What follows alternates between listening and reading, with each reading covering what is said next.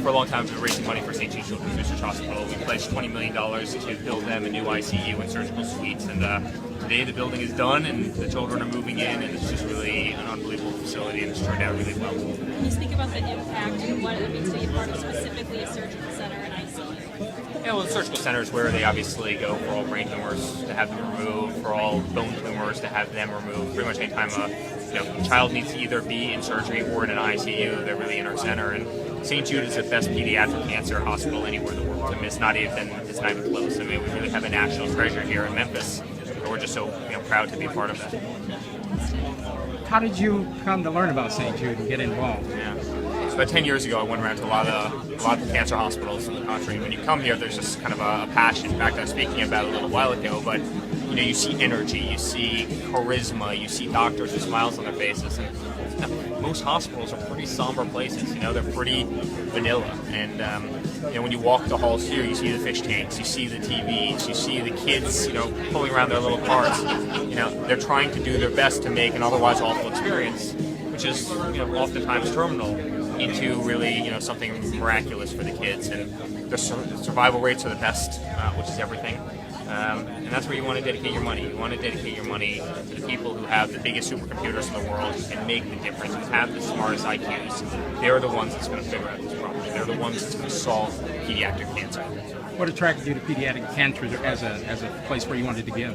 We've been so fortunate, my family, everybody, we've been so fortunate to have our health, warm roof over our head, always be fed, really get great educations, etc. And there's so many kids that could have had all that, but they drew the short straw, right? I mean, it's kind of equal opportunity, it can affect anybody. We just never ever know. It's not something that the kids did wrong. They just got unlucky, and they're oftentimes 6 months old and they're laying in a gantry because of, again, nothing that they ever did to themselves. And they're the most precious segment of our society by far. And there's an opportunity to help them. And there's an opportunity to improve cure rates. And unfortunately, the pharmaceutical companies don't really want to take it on. There's much more profit in trying to treat, trying to create Prozac or something. And they don't want to create pharmaceuticals for 300 kids in the country that have a very, very rare type of cancer, and that's what this institution is all about, and that's where our funding comes in. If you can help those individuals, it can make an immense difference in a lot of lives, and that's, again, what St. Jude's does every day.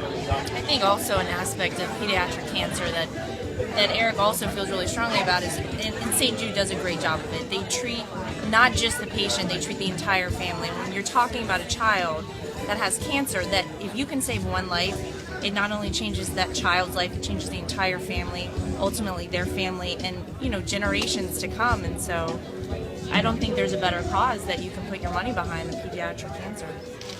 A lot of people don't know, Mr. Trump, that your family has been working hard on this for a long time behind the scenes, calling CEOs around the country to invite them to support this organization. That's might not come through on Celebrity Apprentice, but it certainly is a quiet, behind-the-scenes investment your people have made in this hospital.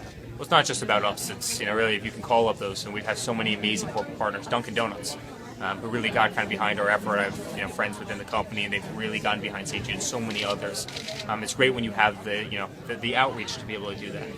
From corporate level, we can use our own assets, and we can use them free of charge, and we can really garner a lot of money through that. We can go out to our vendors, and we can ask them to make large donations, and it's just kind of part of the philanthropic model. But also, beyond that, what it does to the employees. I mean, we'll often have our maid staff at hotels, and they're doing bake sales, and they're raising a couple $100, but it brings them into the whole fold, and that corporate culture and the happiness to help children. I mean, it's really created kind of a great huggability factor to the company, and something that we're immensely, immensely proud of. But you mentioned The Apprentice. We've raised $15 million through The Apprentice for various charities, for various great charities. And John Rich actually played for St. Jude. He was amazing. He actually ended up winning it coincidentally. But, really a great show, but just really a great part of this organization.